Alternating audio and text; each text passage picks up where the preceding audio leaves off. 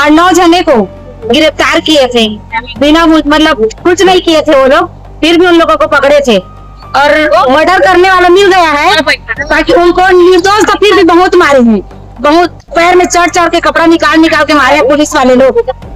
उनमें से मेरे पापा और मेरे भैया भी थे, बहुत मारे और एक जने का तो खून मतलब खत्म ही हो गए हैं, वो नहीं बचे हैं वो, उसके लिए हम लोगों को न्याय चाहिए। रायगढ़ के खरसिया विधानसभा की घटना जिसमें रमेश चौहान का कस्टोडियल डेथ हो गया, इस पे एक बवाल छिड़ गया था। परिजनों का आरोप है कि उसके साथ थाने में मारपीट की गई है, तो सर ये किस हद तक सही है?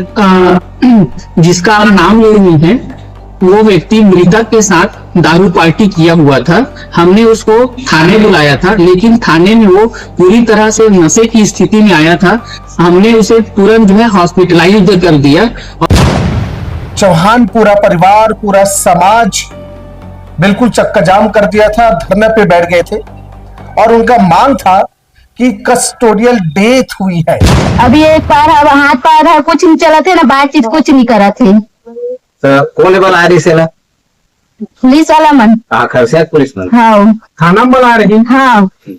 यानी पुलिस के द्वारा पिटाई करने से रमेश चौहान की मौत हुई और इतना ही नहीं बल्कि और 7-8 लोगों को जबरदस्ती पुलिस ने उठाया और उनके साथ भी ऐसा काम किया है।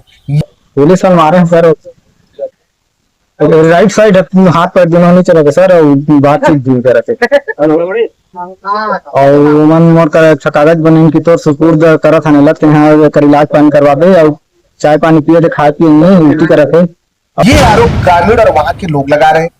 अब इसको लेकर की सियासत गर्म हो गया और जोरदार बवाल हुआ है वहां पे।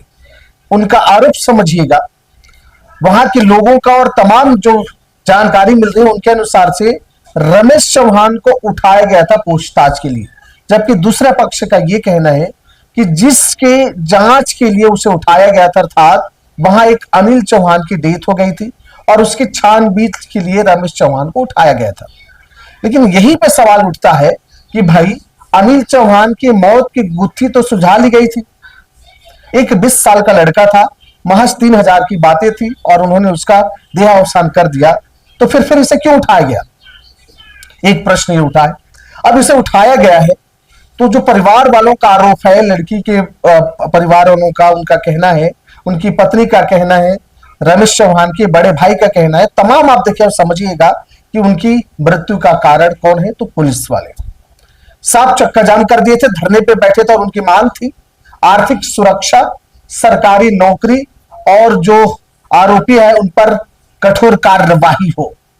और ये लंबे समय से चलने लगा। जब मामला बिगड़ते देखा तो एसडीएम साहब और एसडीओ साहब ने कमान संभाली। यहां पे बंद कमरे में बात हुई, समझौता हुआ, लेकिन वो भी जब समझौता अंतिम स्थिति में नहीं बन पाई तो उसी बीच में खरसिया विधानसभा का विधायक उमेश पटेल वो पहुंचा और उन्होंने मध्यस्थता करी है। सवाल यहीं पर ध्यान से समझिएगा, उमेश पटेल विधायक ने मध्यस्थता करी है और उसके बाद माहौल शांत हुआ है तकरीबन शाम को। अब समझौते में क्या हुआ? समझौते में हुआ है कि रमेश चौहान की जो पत्नी है, जिनकी मृत्यु हो गई है अभी, मृतक चौहान, उनकी पत्नी को कलेक्ट्रेट रेट पर संविदा में नौकरी दी जाएगी, संविदा में, ठीक। एक और दूसरी बातें, 2 आरक्षकों को लाइन अटैच कर दिया गया है।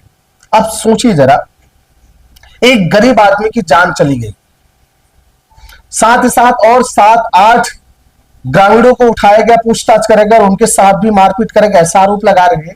तो क्या इन दोनों का न्याय करने के बजाय, उससे निलंबित करने के बजाय, अगर वो आरोपी है पुलिस वाले, तो उन पर एफआईआर दर्ज कराने की बजाय क्या करा गया? लाइन अटैच कर दिया गया। सवाल यही उठ रहा है, क्या गरीब की मौत की कीमत यही है कि उसे संविदा नौकरी उनकी पत्नी को दे दिया जाए और बाकी सब खत्म?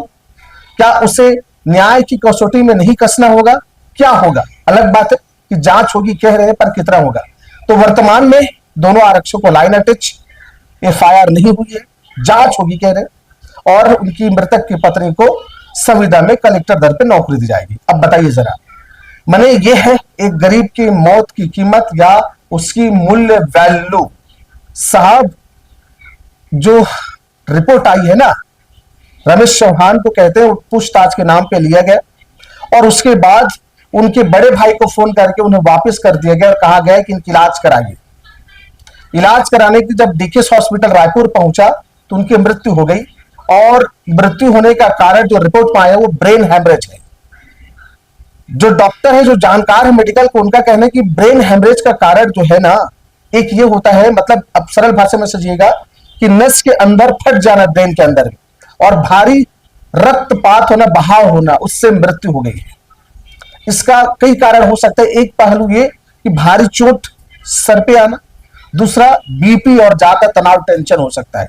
तो यही एक सवाल है कि क्या पूछताछ के नाम पर कुछ ऐसी घटना घटी है क्या जिससे रक्त स्राव हुआ ब्रेन पर, या कुछ ऐसा कराया गया है जिससे भारी तनाव, टेंशन में आ गया है। जांच का विषय यही है साहब। पुलिस का साफ साफ आरोप है कि उसने कुछ नहीं करा। परिवार वाले जो आरोप लगा रहे हैं वो मिथ्या है। उन्होंने तो आदतन शराबी कह दिया, और जिस दिन पूछताछ के लिए बुलाया गया तो उस दिन भी नशा में था। ये पुलिस वालों का आरोप है। फिलहाल गरीब है, चल गया। अब उन्हें कलेक्टर दर पे उनकी पत्नी को दिया गया है। अब जांच होगा, कह रहे, अब देखना होगा कि कितना निष्पक्ष जांच होगा और कार्यवाही क्या होता है।